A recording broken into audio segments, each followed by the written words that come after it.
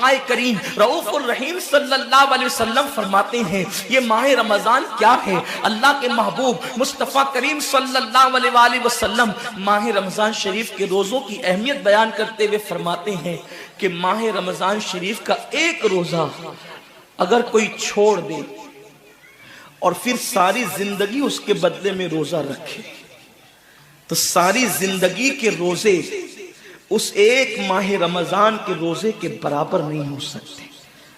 ये माह रमजान शरीफ के रोजे को फजीलत हासिल है और अल्लाह के हबीब सल्लल्लाहु अलैहि वसल्लम फरमाते हैं जो माह रमजान शरीफ में इबादत करके अपनी बख्शिश नहीं करवा सकता, अपनी मगफिरत नहीं करवा सकता, फिर उसको कभी मौका नहीं मिलता कि वो अपनी मगफिरत का सामान करे। आकाए करीम सल्लल्लाहु अलैहि वसल्लम फरमाते हैं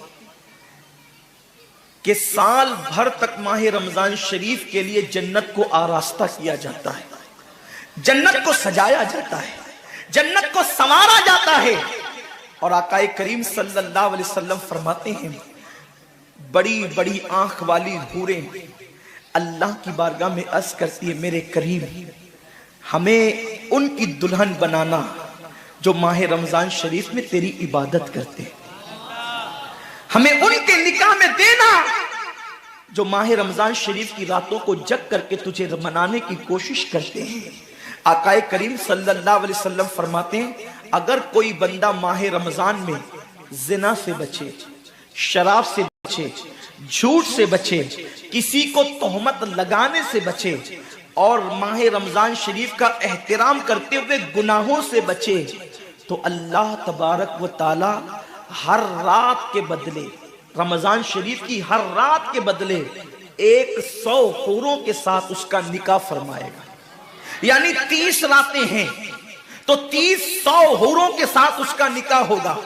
और आकाए करीम सल्लल्लाहु अलैहि वसल्लम फरमाते हैं माह रमजान शरीफ का एहतराम जो करे और एहतराम माह रमजान में जो लगवियात और खुराफात को तर्क कर दे, जो गुनाहों को छोड़ दे, जिना को, शराब को, झूठ को, बोहतान तराशी को छोड़ दे, आका फरमाते हैं उस रमजान शरीफ का एहतराम करने वाले के लिए अल्लाह ने जन्नत में एक ऐसा महल बनाया है।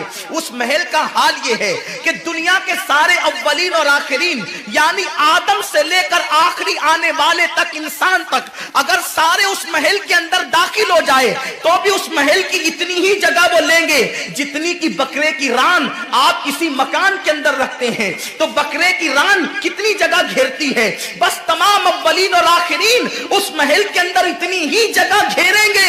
यानी वो महल इतना बड़ा अल्लाह ने बनाया है और वो महल सिर्फ उनके लिए है जो माह रमजान के एहतराम में गुनाहों को तर्क कर देते हैं, गुनाहों को छोड़ देते हैं। मेरे आका सल्लल्लाहु अलैहि वसल्लम के प्यारे दीवानों, लेकिन अफसोस हम और दिनों की तरह माह रमजान शरीफ की रातों को जाय कर देते। ताजिरों का सीजन आता है तो ताजिर पहले से तैयारी करते हैं कि इस सीजन के अंदर मैंने मालदार बनना है, इतना माल मैंने कमाना है कि फिर मैंने सारे साल घर में बैठ करके खाना है। टेलर लोग तैयारी करते हैं ईद के मौके पे इतनी मेहनत करेंगे रात दिन कि साल भर अगर कोई कस्टमर ना भी आए तो वो घर बैठ के आराम से खा सके। कपड़े वाले सोचते हैं कि सीजन आएगा, जो भी सीजन उनका आता है इतना कमाएंगे कि साल भर बैठ के खाएंगे।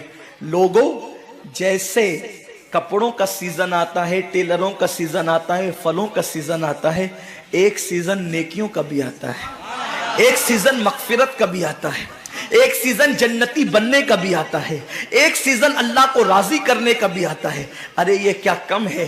मेरे रसूल सच्चे नबी सादिक व मज़दूक नबी ने फरमाया माह रमजान की हर रात अल्लाह पहले आसमान पे तजल्ली करता है और अल्लाह अपने बंदे से पुकार पुकार कर गुरूब आफ्ताब से लेकर सुबह सादिक तुलू होने तक कहता है मेरे बंदे अगर तू गुनहगार है तो मुझसे माफी तलब करता कि मैं तेरी मगफिरत कर दूं, मैं तुझे जन्नत का परवाना अता कर दूं। اگر تو غریب ہے تو مجھ سے دولت مانگ تاکہ میں تجھے دولت عطا کر دوں، اگر تو نعمت سے محروم ہے تو نعمت مانگ تاکہ میں تجھے نعمت عطا کر دوں۔ یہی وجہ تو ہے حضرات صحابہ کرام جب رمضان شریف آتا تو وہ ایسے تیاریاں کرتے تھے جیسے ہم اپنے گھروں کی شادیوں کی تیاری کرتے ہیں۔ صحابہ اتنے مصروف ہو جاتے رمضان شریف کی تیاریوں میں، اور کیسی تیاری کرتے؟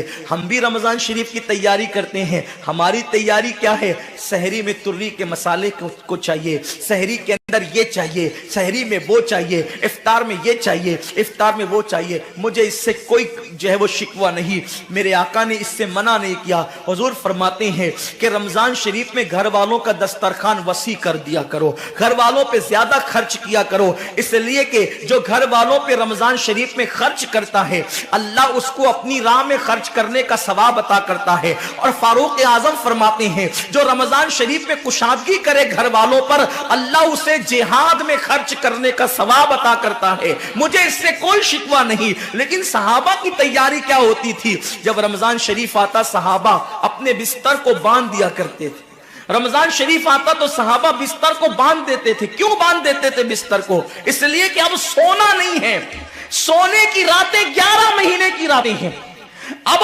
غفلت میں زندگی نہیں گزارنا ہے، بلکہ راتوں کو جگ کر دن کو جگ کر اللہ کی اتنی عبادت کرنا ہے کہ عبادت کا سیزن آ گیا۔ اس لیے کہ اللہ کے رسول فرماتے ہیں جس نے رمضان شریف پایا اور عبادت کر کے اللہ کو راضی نہیں کر لیا، ایسا بندہ ہمیشہ اللہ کی رحمت سے دور کر دیا جائے۔ اس لیے صحابہ رمضان شریف کی تیاری کرتے تھے، بستر باندھ دیتے تھے، اور اپنا معمول کیا ہے؟ جو فجر میں سوئیں گے تو وہ عصر میں اٹھیں گے، رات بھر جاگیں گے کرکٹ کھیلتے ہوئے، رات بھر جاگیں گے گلیوں میں گھومتے ہوئے۔ میرے آقا صلی اللہ علیہ وسلم کے دیوانوں، ایک